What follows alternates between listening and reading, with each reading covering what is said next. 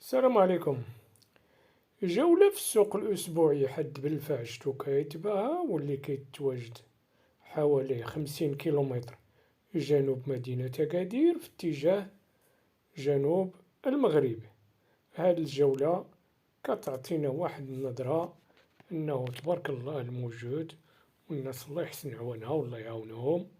وبالضبط الجولة درناها في المكان المخصص لبيع الدواجن، يعني الفروج، القن، الحمام والدجاج.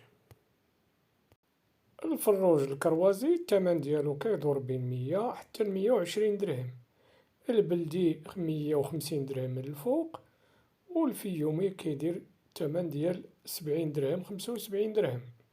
بالنسبة للدجاجة كاينة 40، كاينة 50، كاينة 60، كاينة 75 درهم للدجاجة. حديك كان 400. وكما سمعتوا هاد البياع الله يسهل عليه فثمن الفروج هو 120 درهم.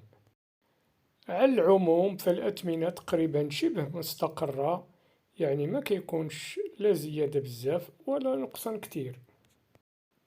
وبالنسبة للفلوس نتاع التربية فالثمن كيبدا من 13 درهم حتى ل25 درهم، والثمن كيحددو النوع ديال الفلوس وكذلك الحجم ديال هاد الفلوس.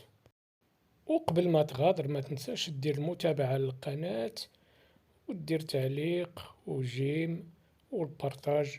وشكرا وإلى فيديو لاحق إن شاء الله.